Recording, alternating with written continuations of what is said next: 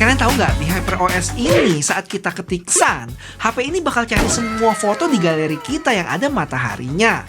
Habis itu saat gua copy teks dari Xiaomi 14 bisa di paste ke 14 Pro loh.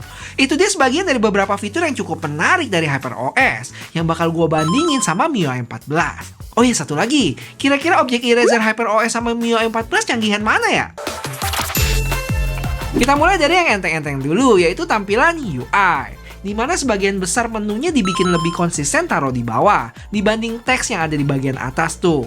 Beberapa di antaranya ada galeri, notes, jam, message, call, dan lainnya. Tapi kayaknya Xiaomi ada kelupaan deh. Kalkulatornya kenapa masih gini ya? Atau emang sengaja?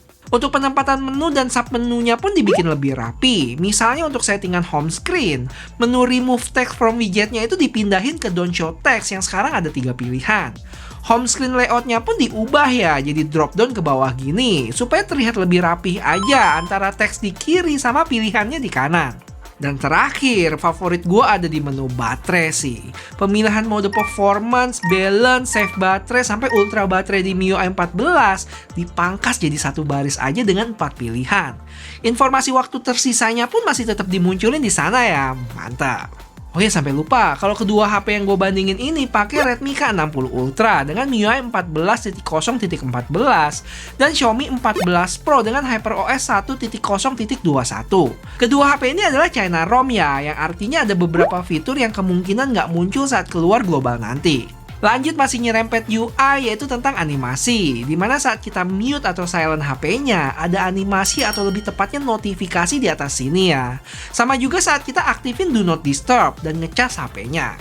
Gimana, teman-teman lebih suka charging yang kayak gini? Atau yang heboh animasi satu layar kayak sebelumnya? Kalau gua sih yang sekarang ya lebih simple.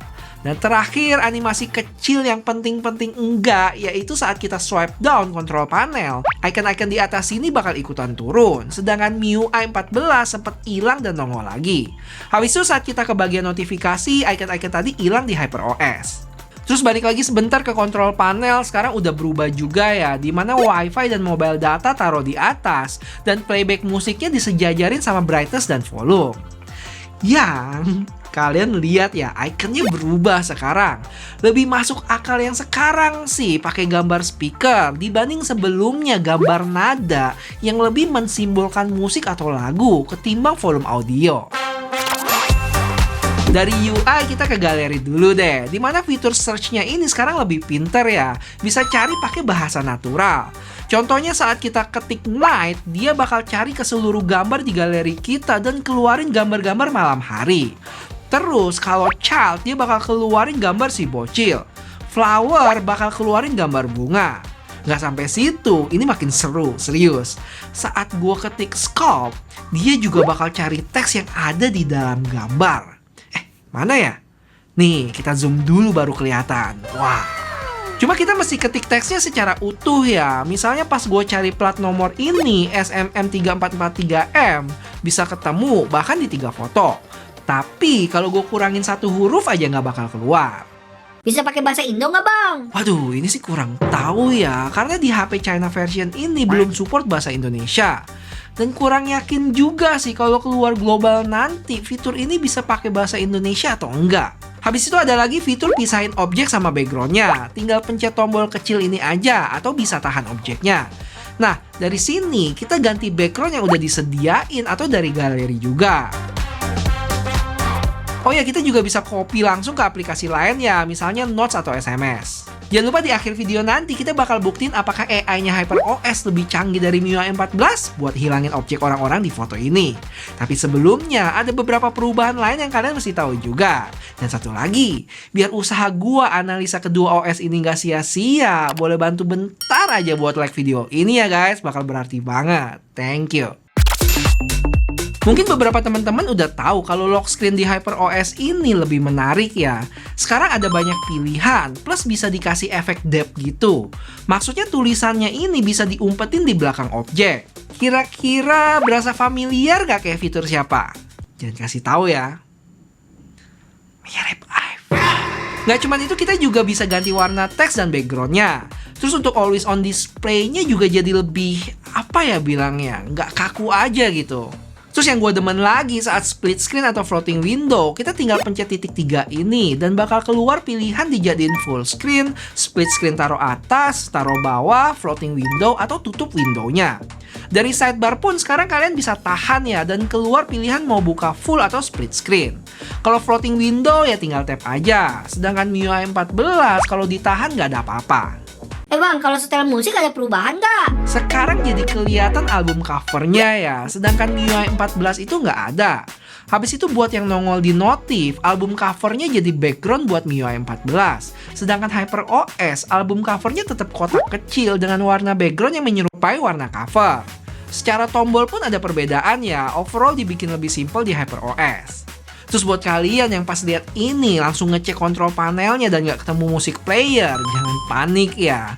Pas gue cek di Xiaomi 13T gue juga nggak ada. Kayaknya ini spesifik China version doang nggak sih? Gue sempat cek-cek di YouTube bisa ditampilin sih, tapi kalian mesti install app tambahan gitu deh. Oke, bisa gue bilang ini bagian yang bikin Xiaomi bisa naik level nih, yaitu interconnectivity. Fitur ini lebih memfokuskan interaksi dengan sesama perangkat Xiaomi lainnya ya. Kalau kalian lihat, menu ini nggak ada di MIUI 14, cuman ada di 14 dan 14 Pro gua. Intinya, kalau diaktifin, memungkinkan device-device kita yang login ke Xiaomi account yang sama bisa melakukan berbagai macam tugas lintas perangkat. Misalnya untuk bagian apps ini, kita bisa ngelanjutin tugas dalam app yang sama di beda perangkat. Nanti gue kasih tahu contohnya. Habis itu bisa lihat interaksi home screen dari perangkat lain, copy dan paste dari device satu ke lainnya, sampai kalau terima telepon di HP kalian, kita bisa angkat teleponnya di tablet atau laptop. Untuk cobain ini sebenarnya paling ideal itu antara HP sama tablet atau laptop. Cuman sayangnya gue nggak bisa tunjukin sih, karena ya emang nggak punya. Nggak apa-apa. Kalau kepo, kurang lebih kalian bisa cek video gua ini ya buat dapat gambarannya. Ini contoh perangkat Apple. Tapi jangan dilihat Apple-nya, lihat gimana interaksi antara device-device ini dalam satu ekosistem. Sebenarnya ada satu sih yang bisa kita tes, yaitu buat clipboard ini, di mana saat copy text di Xiaomi 14, gue bisa paste di 14 Pro-nya. Dan sekali lagi ingat, syaratnya kita mesti login di Xiaomi account yang sama. Nah sekarang ada yang lebih wah dari sekedar interaksi HP laptop doang, yaitu tambahan interaksi dengan IoT atau bahkan mobil. Kalau lihat di sini ada car feature ya, menunya itu combine apps yang jujur gue nggak tahu sih buat apa detailnya. Tapi dari presentasi Xiaomi kemarin, misalnya kita lagi nyetir mobil nih dan video call pakai aplikasi WeChat di HP dengan kamera depan. Dengan mudahnya kita bisa pindah kamera, tapi bukan ke kamera HP lagi ya, langsung ke kamera mobil kita. Gile. Terus satu lagi, biasanya kalau gue salah artiin tolong koreksi ya. Tapi yang gue tangkap di sini, misalnya kalau kita lagi nonton bola di Smart TV, terus lagi delivery makan, notifnya bakal kelihatan langsung di TV nih. Kasih tahu kalau misalnya udah mau nyampe 2 menit lagi. Dan saat nyampe pun bakal ditangkap sama CCTV dan mungkin juga bisa berinteraksi langsung sama yang antar. Misalnya bisa bilang, taruh depan pintu aja mas. dan itulah salah satu interaksi dengan IoT, dalam hal ini Smart TV dan CCTV. Dan gue belum pernah lihat demo-demo kayak gini buat perangkat Apple ya. Jadi bisa dibilang selangkah lebih maju. Tapi mohon maaf ya kalau Apple udah ada yang kayak beginian. Boleh tolong share referensinya kalau tahu. Oh ya, dari sisi kamera gue nggak sempat bandingin lebih jauh ya, karena takut kurang valid, terutama yang 14 series ini, kan ada Leica-nya dia. Sedangkan yang Redmi nggak ada, tapi kalau dilihat sekilas mirip-mirip aja. Dan terakhir, menjawab jagoan mana AI MIUI 14 dan HyperOS, hasilnya cukup mirip. Mungkin sedikit lebih baik di HyperOS Xiaomi 14. Bisa dilihat ya, bagian item-item di kanan ini lebih rapihan dikit. Tapi gue kurang tahu juga sih, sebenarnya fitur ini tuh lebih dipengaruhi oleh HP-nya atau versi dari aplikasi galerinya. Kalau ada yang tahu boleh kabarin ya. Terus kapan kita bisa cobain? Buat global sih katanya kuarter pertama 2024. Mungkin paling lambat Maret atau April.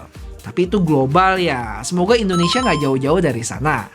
Terus buat HP apa aja, gue belum dapat info pastinya. Cuman yang pasti, Xiaomi 14 series ini pas beli udah langsung keinstall HyperOS. Habis itu ada Watch S3, TV S Pro, intinya yang kemarin ikutan launch barengan Xiaomi 14. So, menurut kalian gimana nih pendapatnya tentang HyperOS ini? Gini atau gini? Dan ada hal-hal lain yang belum sempat gue bahas nggak? Kalau masih kepo boleh komen di bawah ya. Nanti gue bisa cobain langsung dan hasilnya gue balas di komenan kalian. Makasih buat yang udah nonton dan jangan lupa subscribe buat yang belum ya. Bentar lagi 500.000 subs nih.